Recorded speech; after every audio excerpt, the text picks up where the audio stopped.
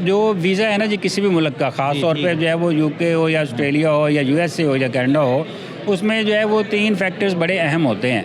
मैं क्योंकि जो है वो कुछ 1000 प्लस जो वीज़ा काउंसलर और हाई कमिश्नर है उनको इंट्रोड्यूस कर चुका हूँ उस मैगज़ीन के लिए, तो ये चीज़ें हम पूछते हैं उनसे। और आपने बड़ा रेलिवेंट क्वेश्चन ये किया है कि उसमें जो है वो ये होता है कि आपको 3 चीज़ें बड़ी अहम है वीज़ा काउंसलर जो देखता है। नंबर 1 वो ये देखता है कि इसकी जो है वो फाइनेंशियल बैकग्राउंड क्या है, ठीक है, क्या है वो ये सिर्फ वहाँ सेटल होने जा रहा है, पैसा कमाने जा रहा है। दूसरा वो ये देखता है कि ये जिस काम के लिए जा रहा है इसकी उसकी एलिजिबिलिटी और जो इसको बुला रहा है, चाहे वो यूनिवर्सिटी है चाहे वो कोई इदारा है, उसकी क्या है, दोनों की जो है वो क्रेडेंशियल देखे जाते हैं। और तीसरा उसके बाद देखा जाता है कि ये जो है इसके सोशल टाइज जो हैं वो अपने मुल्क से अगर सारा कुछ कर कर आके वापस आएगा भी कि नहीं, या वो अकेला ही है या वो उसका इंटेंशन ही है कि वहाँ पे सेटल होना है। तो इन 3 बुनियादी चीज़ों पे जो है वो वीज़ा की जो है वो ग्रांट होता है। और दूसरा जो है वो जो स्टेटमेंट है, स्टेटमेंट ये है कि ये क्योंकि फाइनेंशियल एस्पेक्ट है और जिसका बड़ा एक रोल होता है और इस पे मेजॉरिटी वीज़ा जो है रिजेक्शन होती है। और इस वजह से जो है वो मलेशिया इसलिए भी प्रेफरेबल है कि उसमें स्टेटमेंट की ज़रूरत नहीं है, वो सिर्फ मेंटेनेंस लेटर देते हैं कि जी इतना पैसा है इनके पास, ये अफोर्ड कर लेंगे। तो इसलिए बच्चों को ये सहूलत होती है कि वो बगैर जो है वो स्टेटमेंट के, जो कि मेजॉरिटी लोगों के पास नहीं है क्योंकि सेविंग वाला वो सिलसिला रहा नहीं। तो सर मेंटेनेंस में तो वो अमाउंट लिखा जाएगा ना, तो वो अमाउंट ही नहीं है तो फिर कैसे मेंटेनेंस जी, वो उसमें ये है कि वो वालदैन कुछ चीज़ बेच के जो करके कुछ मेंटेन कर लेते हैं। आपको स्टेटमेंट जो ये होती है कि आप एटलीस्ट पिछले जो है वो 40 डेज 60 डेज कंटिन्यूसली उतना पैसा जो है वो होना चाहिए जो आप नहीं मेंटेनेंस में सर ये मैं बात समझना चाह रहा हूँ आपकी, ताकि मेरे जो बेचारे बच्चे हैं, क्योंकि बहुत बड़ा इशू है स्टेटमेंट इस वक्त। अच्छा, जैसे कोई चीज़ बेच के 25 लाख किसी से एक दिन के लेके डलवा दिए और उसका मेंटेनेंस सर्टिफिकेट निकल, वो कह रहे हैं आप? नहीं, वो देखें, वो तो हम कहते हैं उसको कि वो एक फेक स्टेटमेंट होती है। नहीं फेक नहीं, जेन्युइन किसी से लेकर डलवा दिए और स्टेट बैंक मेंटेनेंस लेटर निकलवा लिया और वो भी चल जाएगा।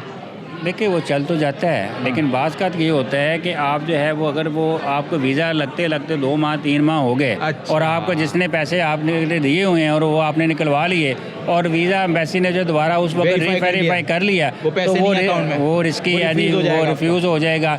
तो ये जो है वो हम सजेस्ट नहीं करते, हम सजेस्ट यही करते हैं कि आपने जब एक बच्चे पे लगाना है तो वो कितना अमाउंट हो मिनिमम। मलेशिया का तो जो है इतनी अमाउंट नहीं जो है वो चाहिए, उसकी जो देखिए जो कैलकुलेशन होती है ना, जो आप व्यूवर्स के लिए अगर हम बात करें तो जो कैलकुलेशन पूरी दुनिया में है स्टूडेंट की और वीज़ा के स्टेटमेंट के हवाले से, उसकी बेस ये होती है कि आप जिस कोर्स के लिए जा रहे हैं उस कोर्स की 1 ईयर की फ़ी, 1 ईयर की फ़ी प्लस 1 ईयर आपके वहाँ पे जो लिविंग एक्सपेंसेस हैं, ठीक है, इन दोनों का जो है वो जो आप अगर उसको प्लस करेंगे तो जो पैसे बनते हैं वो उतने आपके बैंक में होने चाहिए, ठीक है ना जी।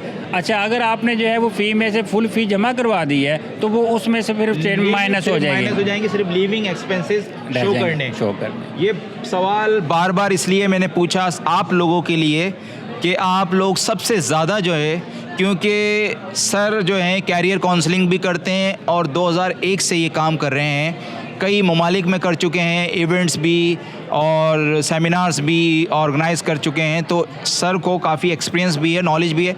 आपको बहुत इजी तरीके से समझाया है कि अगर आप फुल फीस पे कर देते हैं तो लिविंग एक्सपेंसेस सिर्फ डाल दें स्टेटमेंट में और वो जब तक आपका वीज़ा नहीं आ जाता है। जी बिल्कुल, बल्कि मैं सजेस्ट करूँगा कि जब तक आप वहाँ पे फ्लाई करके चले नहीं जाते हैं तो वो 8-10 दिन का ही फ़र्क होता है, तो वो रिस्क ना लें।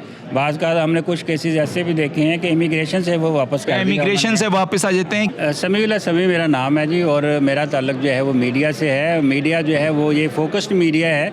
हम जो है वो एक एजुकेशन पे मैगज़ीन पब्लिश करते हैं और एक टूरिज़म पे पब्लिश करते हैं और ये दोनों ही एरियाज़ ऐसे हैं जिनको बहुत ज़्यादा ज़रूरत है पाकिस्तान की एजुकेशन की। अगर क्योंकि इवेंट एजुकेशन का हो रहा है तो उस हवाले से अगर बात करें तो एजुकेशन मैगज़ीन जो है ये 2001 में हमने लॉन्च किया। इसका मकसद ये था कि पाकिस्तानी स्टूडेंट्स को हम गाइड कर सकें कि पाकिस्तान के अलावा वो कहाँ कहाँ जाके पढ़ सकते हैं, स्कॉलरशिप्स कहाँ कहाँ हैं, यूनिवर्सिटी रैंकिंग्स क्या होती है, सब्जेक्ट आपने कैसे सिलेक्ट करना है, आपने यूनिवर्सिटी कैसे सिलेक्ट करनी है, इन तमाम चीज़ों को आपने देख के अपना जो डिसीज़न करना है अपने करियर का वो किन बेसिस पे करना है। तो ये क्योंकि हमने 2001 में लॉन्च किया था तो उस वक्त ना इंटरनेट था ना कोई और सोर्सेज थे अवेलेबल इंफॉर्मेशन के, तो ये पहला एक कदम था हमारा इंफॉर्मेशन प्रोवाइड करने के लिए।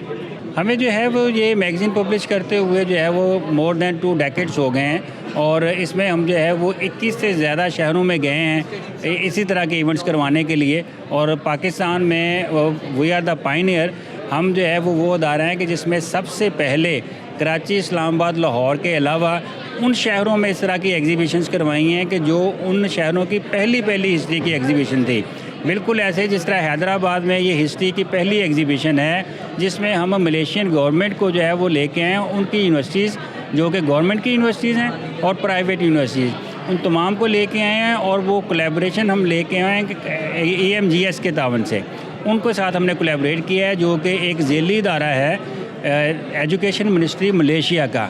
तो उन्होंने जो है वो हमारे साथ कोलैबोरेट करके उनके बिहाफ पे हमने ये सारा अरेंज किया, और अल्हम्दुलिल्लाह हम इसमें जो है वो बहुत मुतमिन हैं कि एक एज़ कम्पेयर टू कराची और लाहौर, इस्लामाबाद, हैदराबाद एक छोटा शहर है उनके निस्बत, लेकिन इसका जो पोटेंशियल जो है वो बहुत ज़्यादा है। और इसके साथ साथ जो इसके सबर्ब्स हैं, इसके इर्द गिर्द जो है वो जो शहर हैं, जिस तरह जामशोर है और दूसरे शहर हैं, वहाँ पे तो हमें बहुत ज़्यादा पोटेंशियल इनसे भी ज़्यादा नज़र आया कि वो एजुकेशन सिटी कहलाते हैं। जिस यूनिवर्सिटी में हम गए हैं, वाइस चांसलर को मिले हैं, स्कूल में गए हैं, प्रिंसिपल्स को मिले हैं, कॉलेजेस में प्रिंसिपल्स को मिले हैं, तो बहुत ज़्यादा उन्होंने इनकरेज किया, वेलकम किया। और शायद हम समझते हैं कि यहाँ पे एजुकेशन की जो अवेयरनेस लेवल है वो इसी वजह से है कि यहाँ का उस्ताद और यहाँ के जो है जो पेरेंट्स जो है वो बच्चों के अपने करियर के हवाले से बहुत कंसर्न्ड हैं, बहुत वो जो है वो फ़िक्रमंद हैं, और इसमें जो है वो पूरा जो है वो अपना इनपुट देते हैं। First of all I am really appreciate कि आपने जो है हैदराबाद में भी ये ऑर्गेनाइज़ किया, क्योंकि यहाँ तो लोग जो जितनी भी मेट्रोपॉलिटन सिटीज़ हैं वहाँ से इवेंट्स वगैरह करते हैं, ऑर्गेनाइज वहीं से चले जाते हैं। तो क्योंकि हैदराबाद में ही पोटेंशियल है, आपने बताया बिल्कुल, क्योंकि यूनिवर्सिटीज़ हैं, कॉलेजेस हैं, और ये भी तो बच्चे पॉपुलेशन बढ़ रही है ना सर दिन पे दिन। तो मलेशिया भी मोइन भाई से मेरी बात हुई काफ़ी डीपली, तो उन्होंने बताया बहुत अच्छी अपॉर्चुनिटीज़ हैं कि आप 50-60% स्कॉलरशिप भी दे रहे हैं मलेशियन जो है यूनिवर्सिटीज़, कॉलेजेस। उसके अलावा वहाँ पर वर्क परमिट मिल जाता है, तो खाने का भी उनसे पूछ लिया सब कुछ। तो ये जो इसके सर थोड़ा एडमिशन के बारे में बताएं, ये जो बच्चे कितने सेशन होते हैं, क्या 2 सेशन साल में आते हैं या कितने होते हैं? ये इसमें जो है वो मलेशिया, ये बड़ा अच्छा आपने सवाल किया, क्योंकि बहुत कम ममालिक हैं कि जहाँ पे जो है वो 4 सेमेस्टर्स हैं, 4 इनटेक्स हैं, यानी एडमिशन इनटेक। जिस तरह पाकिस्तान है, यहाँ पे जो है वो 2 इनटेक हैं, 2 इनटेक, ठीक है ना जी। और मलेशिया जो है वो कंट्री है कि जहाँ पे 4 इनटेक हैं। मीन्स कि एक फ्लेक्सिबिलिटी है, एक सहूलत है स्टूडेंट के लिए कि अगर वो एक इनटेक में एडमिशन नहीं ले सका तो वो उसका साल ज़ाया नहीं होगा, वो जस्ट 3 माह बाद आने वाली दूसरी इनटेक में जो है वो एडमिशन ले सकता है। और वो क्वालिटी वही है। ये एक परसेप्शन है बच्चों में, लोगों में, पेरेंट्स में, इवन पढ़े लिखे लोगों में, कि शायद मलेशिया की जो एजुकेशन है वो इतनी जो है वो रिकग्नाइज नहीं है, वो क्वालिटी की नहीं है, जो कि बिल्कुल मिसकंसेप्शन है। उसकी वजह ये है कि मलेशियन जो डिग्री है वो ग्लोबली रिकग्नाइज्ड है। और ये पूरा रीजन जो आपका साउथ एशिया है उसमें 2 कंट्रीज़ हैं जिसमें सबसे ज़्यादा इंटरनेशनल यूनिवर्सिटीज़ ने अपने कैंपस बनाए हुए हैं। एक दुबई है, तो जो है वो UAE दुबई वहाँ पे उनके सिटी में, और दूसरा जो है वो यहाँ पे मलेशिया में। और मलेशिया इसमें पायनियर है। दुबई बहुत कम बाद में वो जो है एजुकेशन सिटी और नॉलेज विलेज उन्होंने कायम किए हैं।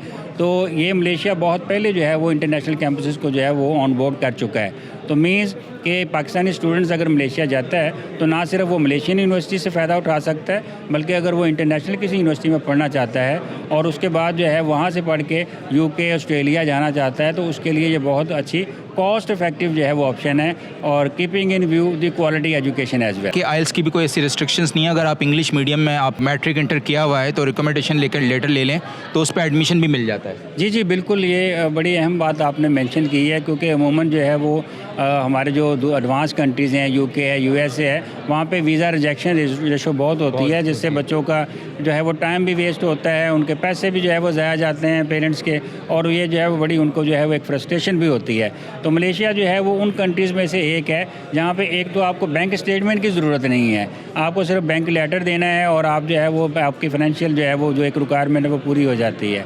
दूसरा उसमें ये बताइएगा दोबारा, ये क्या मतलब मैं बच्चे ने मैट्रिक कर लिया, इंटर कर लिया, वो उसने एडमिशन ले लिया, अगर उसको स्कॉलरशिप नहीं मिलती और वो फीस कितनी होती है एक अंडर ग्रेजुएट? वहाँ पे 1 ईयर जो है वो $5,000 से लेके जो है वो 7,000 तक है, जबकि आप जो है वो यही 1 ईयर अगर आप यूके में आप करते हैं तो एटलीस्ट $15,000 तक वो चला जाता है। मीन्स के वहाँ पे जो है वो अगर आपका 4-5 हज़ार पाउंड भी है तो उसका मतलब ये है कि वो 15,000 जो है वो आपका डॉलर बनता है। फीस यकमुश्त जमा करानी है या इंस्टॉलमेंट पे? नहीं, इसमें इंस्टॉलमेंट की फैसिलिटीज़ हैं और ख़ास तौर पे जो है वो जो इनिशियल डिपॉजिट उसको हम कहते हैं किसी भी कंट्री में कितना होता है? इनिशियल डिपॉजिट जो है वो अमूमन 50% जो है वो यूनिवर्सिटीज़ देती हैं, लेकिन कुछ यूनिवर्सिटीज़ ऐसी हैं कि जो 25% पे भी आपको एक्सेप्ट कर लेती हैं और बाकी आपकी इंस्टॉलमेंट जो है वो उसमें फ्लैक्स। चलें, ये सर बात हो गई कि फुल फ़ीस की $5,000 से $7,000 और उसमें भी इनिशियल जो फ़ीस है हाफ़ है, लेकिन अगर स्कॉलरशिप मिल जाती है बच्चे को 50% की? जी बिल्कुल, वो उसमें से माइनस हो जाता है और बाकी